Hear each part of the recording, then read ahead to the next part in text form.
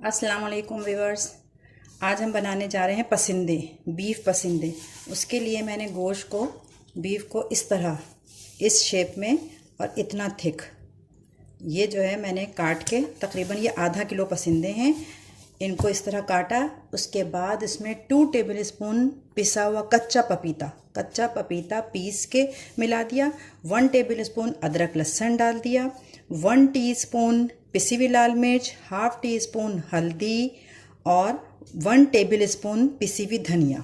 ये सब सारी चीज़ें मैंने डाल दी। और अब मैं डालूँगी 1 टीस्पून कुटी लाल मिर्च, 1 टीस्पून काली मिर्च और 3 टेबल स्पून पिसी हुई हरी मिर्च। अब इन सबको मिक्स करके मैं तकरीबन 2-3 घंटे के लिए रख दूंगी। फिर इसको किस तरह चढ़ाना है वो मैं आपको बताऊंगी। अच्छा व्यूअर्स, 2 टेबल स्पून मैं इसमें सरसों का ऑयल भी शामिल कर रही हूँ। 1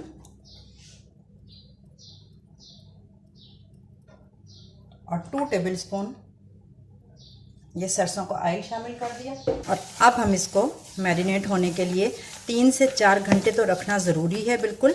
और अगर आप ओवरनाइट रखना चाहें तो वो भी कर सकती हैं, ये सब इतना करके, और इसको फ्रिज में रख दें।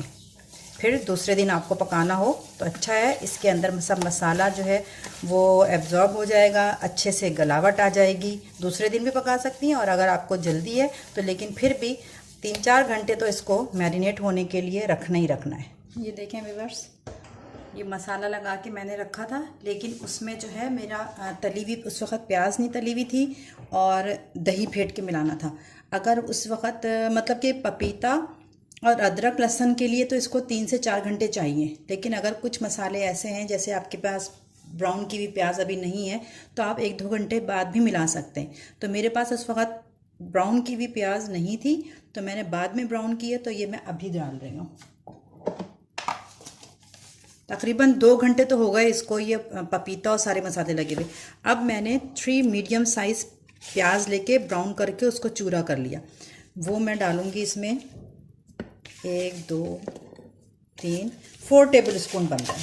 और इसमें 4 टेबल स्पून जो है दही डालूँगी, फिटी हुई। इसको भी मिला के रख दूँगी। मतलब कि मेरा कहने का, अगर आपके पास ये प्याज और दही वगैरह सब रेडी है तो आप उसी टाइम सब साथ भी लगा सकती हैं।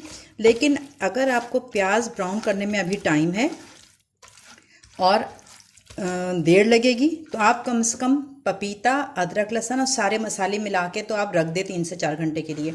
जैसे अब 2 घंटे हो गए, अब 2 घंटे बाद मैंने फिर प्याज, मेरा हाथ खाली हुआ तो मैंने प्याज लाल की और दही ली। तो अब मैंने इसमें प्याज और दही मंगा दी। तो इसका मतलब ये हुआ कि साथ लगाना चाहें तो साथ भी लगा सकते हैं, नहीं है तो आप 1-2 घंटे के बाद भी प्याज और दही शामिल कर सकती हैं। इससे इसके टेस्ट में और गलावट में कोई फ़र्क नहीं पड़ेगा। पपीता और अदरक लहसुन तो लगा हुआ है ही, तो लिहाजा इसका मैरिनेशन तो स्टार्ट हो गई है और इसकी गलावट भी शुरू हो गई है। अब ये मैंने प्याज और दही भी लगा के रख दिया है, और जिस ऑयल में मैंने प्याज लाल की थी उसी ऑयल में मैं इसको चढ़ाऊंगी। ठीक है, अभी 2 घंटे हो गए, अभी 2 घंटे में और रखूंगी, मेरे पास टाइम है इतना।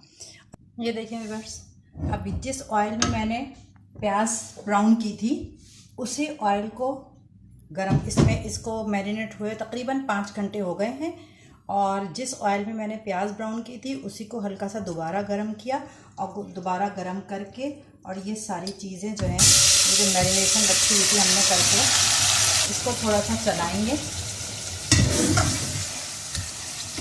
भूनने के लिए। इसको थोड़ा सा भून के और फिर मैं इसमें, गलावट तो लगी हुई है लेकिन और ज़्यादा अच्छा पकने के लिए मैं इसका कुकर का ढक्कन बंद करके इसमें थोड़ा सा भून के मैं इसमें पानी डालूँगी। पानी डाल के थोड़ा सा और ढक्कन बंद करके इसको प्रेशर दूँगी, तकरीबन वही 10 मिनट का।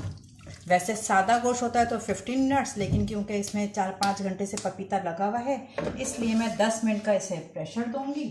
और उसके बाद जो है 10 मिनट बाद खोल के मैं आपको दिखाऊँगी कि ये कितना गल चुका है और कितना क्या इसकी लुक कैसी नज़र आ रही है। ठीक है, ये देखें, ये पसंदे जो हैं वो रेडी हो गए।